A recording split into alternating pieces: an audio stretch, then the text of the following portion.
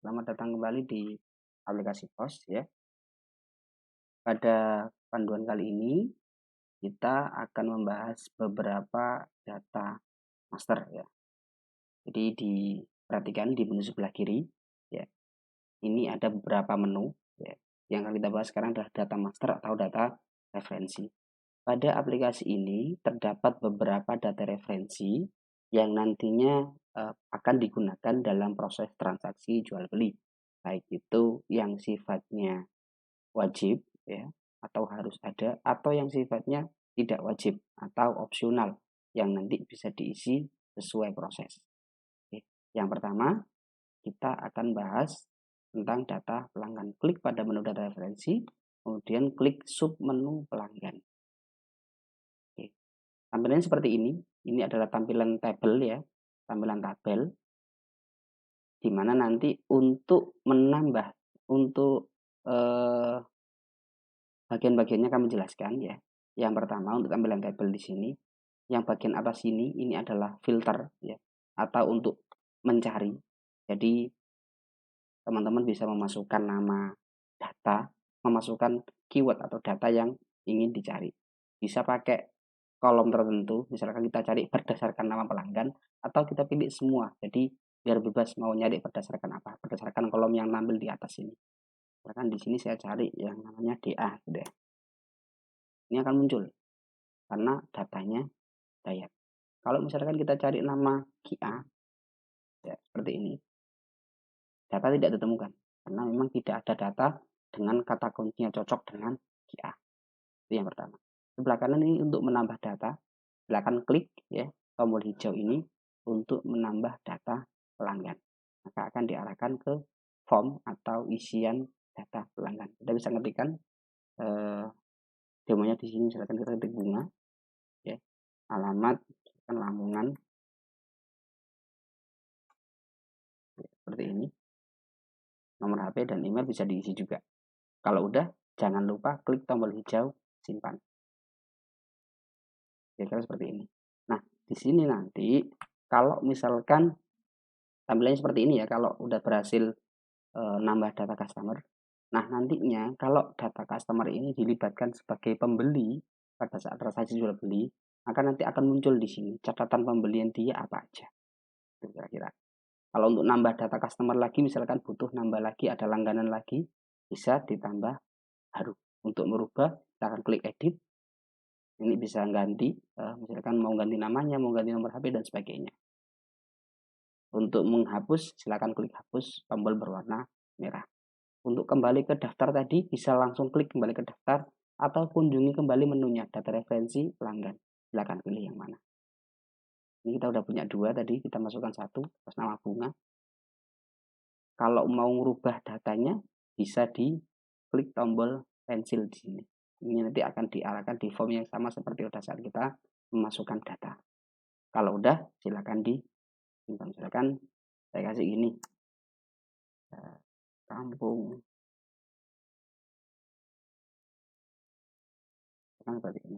Kalau udah, klik simpan, maka perubahannya akan disimpan. Ini tadi yang perubahan yang kita lakukan. Kalau udah, silakan kembali ke daftar untuk kembali ke data tabel yang sebelumnya tadi. Untuk hapus bisa di sini langsung klik yang warna merah di tombol yang di data yang ingin dihapus, atau lihat detailnya dulu juga boleh. Kemudian dihapus dari detail. Seperti ini. Sekarang kita hapus, klik OK untuk mengkonfirmasi. Nah, itu untuk master data pelanggan.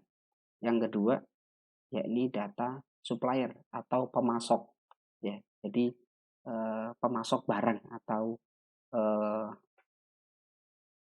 stok barang kita beli dari mana. Nah, ini supplier. Tampilannya sama kayak customer tadi ya. Jadi ada form cari di sini, ada tombol hijau untuk nambah data ya. Caranya pun sama. Silakan klik untuk nambah data ya.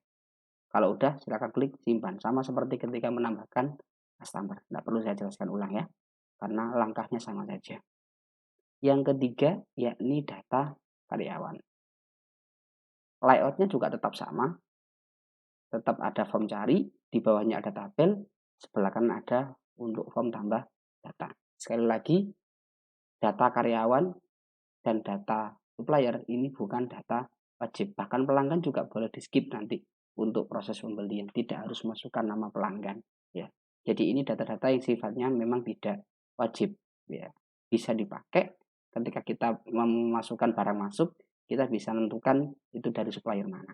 Termasuk karyawan nanti bisa dikembangkan ke arah yang lebih jauh. Misalkan diintegrasikan ke pengguna atau misalkan tokonya melayani pengiriman secara mandiri misalkan, itu nanti bisa didata di sini kan nama karyawannya. Nah, seperti ini sampel aja ya,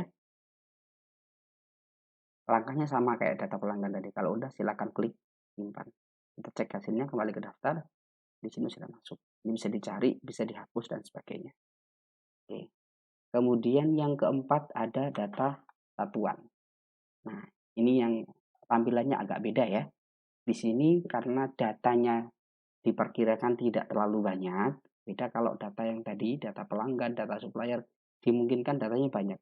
Jadi kalau di sini tampilannya selain ada form cari, juga ada pagination. Jadi kalau datanya memang lebih dari 10, nanti muncul di sini 1, 2, dan seterusnya. Nah, kita bisa tampilkan per berapa baris, sampai maksimal per 100 baris dalam satu tampilan.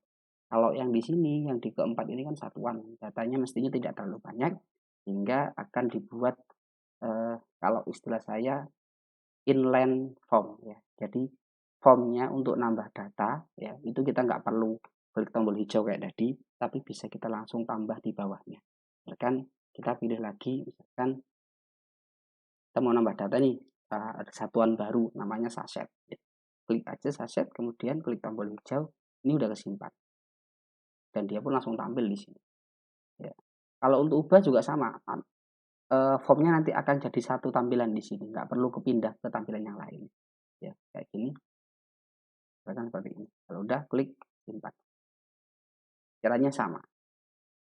Ini yang agak berbeda dari data pelanggan, supplier sama karyawan. Tampilannya berbeda sedikit ya. Tapi lebih simpel dan mungkin datanya juga nggak akan banyak. Dan yang terakhir di data frenzy ini ada data tingkatan harga.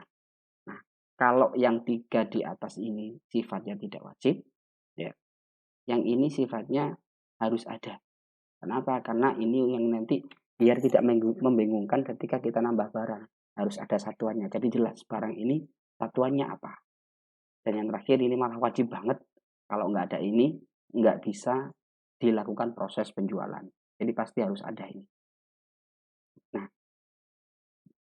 untuk data level atau tingkatan harga penjualan, ini tampilannya sama seperti data satuan sebelumnya. Jadi tampilannya inline atau satu tampilan di sini, nggak perlu pindah-pindah. Kalau mau nambah, silakan ditambah di bawah sini. Nah, ini udah kita kasih contoh 2 ya. Ada customer, ada reseller. Kenapa ada default di sini? Default ini maksudnya adalah ketika kita transaksi menjual barang, maka pertama kali atau istilahnya yang ditata oleh sistem itu harga yang akan dijual adalah harga customer. Akan tetapi kita bisa pindah atau mengubah menjadi harga reseller. Itu nanti akan kita jelaskan pada tutorial untuk menjual atau barang keluar. Ini kita jelaskan dulu kenapa ada default di sini.